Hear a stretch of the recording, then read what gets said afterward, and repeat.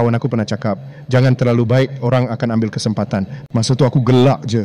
Tapi sedihnya, dia betul. Pernah tak korang buat baik, tapi hasilnya orang lupakan atau gunakan kita untuk keuntungan dia je. Kisah aku dulu, ada kawan selalu pinjam duit, janji nak bayar balik, tapi sampai sekarang bayangan pun tak nampak. Masa tu aku fikir, salah ke aku tolong dia? Salah ke jadi baik? Lepas tu aku sedar, bukan salah kita jadi baik. Salah kita sebab tak tetapkan sempadan. Kita tak boleh kawal apa orang buat, tapi kita boleh jaga diri kita. Bukan kena berhenti jadi baik. Kita kena jadi baik yang bijak. Kita bantu, tapi kalau terasa beban di hati, stop. Orang yang betul-betul hargai kita takkan buat kita rasa macam tu.